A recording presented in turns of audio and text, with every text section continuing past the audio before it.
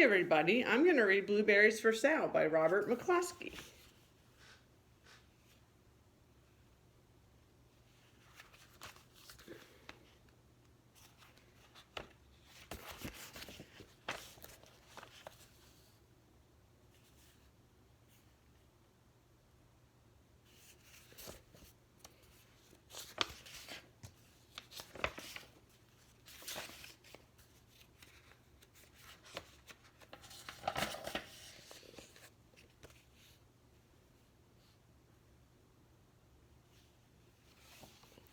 One day, little Sal went with her mother to Blueberry Hill to pick blueberries. Little Sal brought along her small tin pail, and her mother brought her large tin pail to put berries in.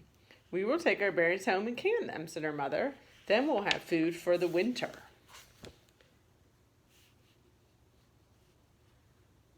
Have you guys ever gone blueberry picking? I've just been apple picking. Little Sal picked 3 berries and dropped them in her little tin pail. Ka-plink, ka-plank, ka-plunk. She picked up 3 more berries and ate them.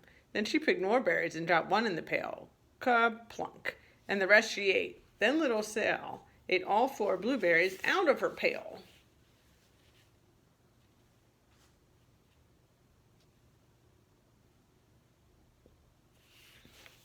Her mother walked slowly through the bushes, picking blueberries as she went and putting them in her pail. Little Sal struggled along behind, picking blueberries and eating every single one.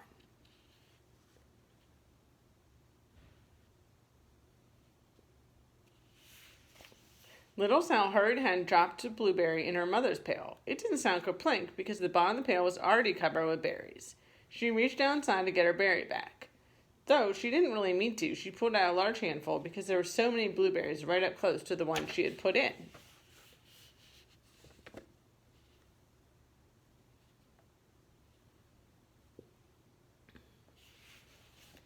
Her mother stopped picking and said, "Now, Sal, you run along and pick your own berries. Mother wants to take her berries home and can them for next winter."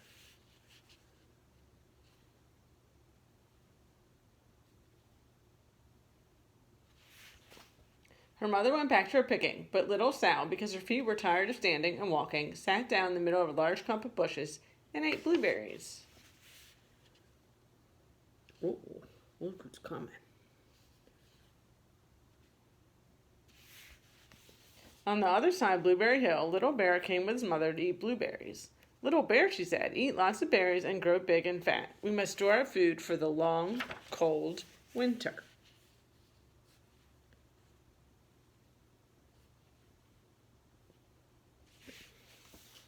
Little Bear followed behind his mother as she walked slowly through the bushes eating berries. Little Bear stopped now and then to eat berries.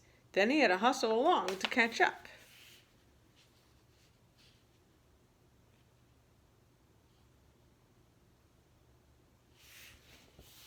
Because his feet were tired of hustling, he picked out a large clump of bushes and sat down right in the middle and ate blueberries.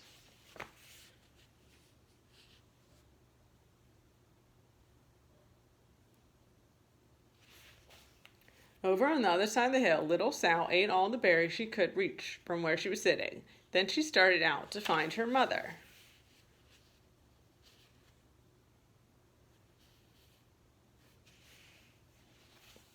She heard a noise from around a rock and thought, "That is my mother walking along."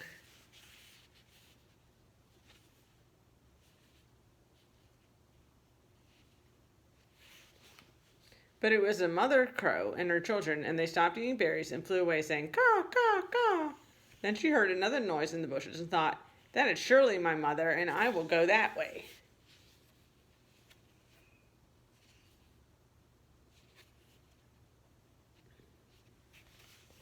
But it was Little Bear's mother instead. She was tramping along, eating berries and thinking about storing up food for the winter.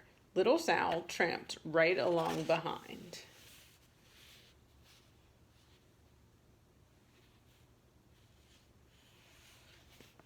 By this time, Little Bear had eaten all the berries he could reach without moving from his clump of bushes. Then he hustled off to catch up with his mother. He hunted and hunted, but his mother was nowhere to be found. He heard a noise from over a stump and thought, "That is my mother walking along."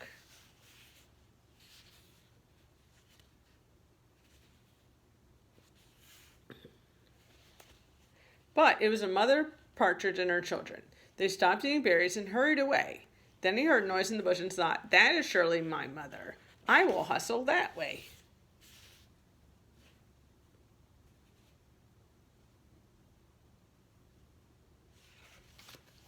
But it was little Sal's mother instead. She was walking along, picking berries and thinking about canning them for next winter.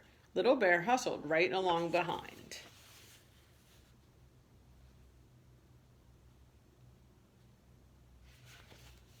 Little Bear and Little Sal's mother and Little Sal and Little Bear's mother were all mixed up with each other among the blueberries on Blueberry Hill.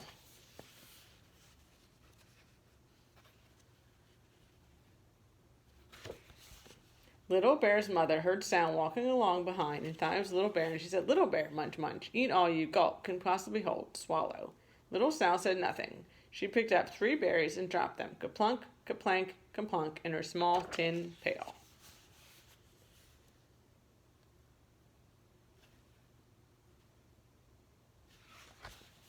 Little Bear's mother turned around to see what on earth could make a noise like ka-plunk. "Garumph," she cried, choking on a mouthful of berries. "That's not my child. Where is Little Bear?" She took one good look and backed away. She was old enough to be shy of people, even a very small person like Little Sal.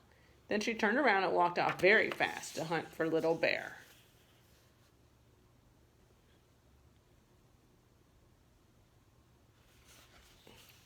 Little Sal's mother heard Little Bear trampling along behind and thought it was Little Sal. She kept right on picking and thinking about canning blueberries for next winter.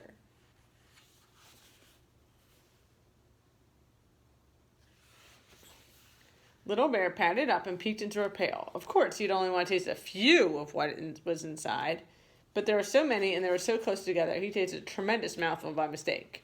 "Now, Sal," said Little Sal's mother while turning around, "you run along and pick your own berries. Mother wants to can these for next winter." Little Bear tasted another tremendous mouthful and almost spilled the entire pail of blueberries. Little Sal's mother turned around and gasped, "My goodness, you're not Little Sal. Where's my child?" Little Bear just sat munching and swallowing and licking his lips. Little Sal's mother slowly backed away. She was old enough to be shy of bears, even very small bears like Little Bear. Then she turned to walk away quickly to look for Little Sal.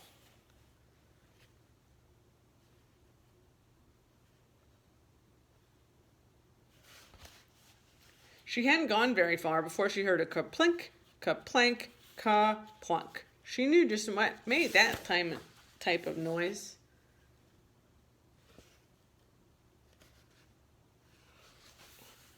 Little Bear's mother had not hunted very long before she heard a hustling sound that stopped now and then to munch and swallow. She knew just what made that kind of noise.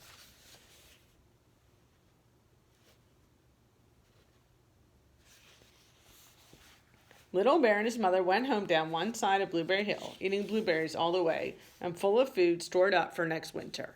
And Little Sal and her mother went down the other side of Blueberry Hill, picking berries all the way, and drove home with food to can for next winter. A whole pail of blueberries and 3 more besides.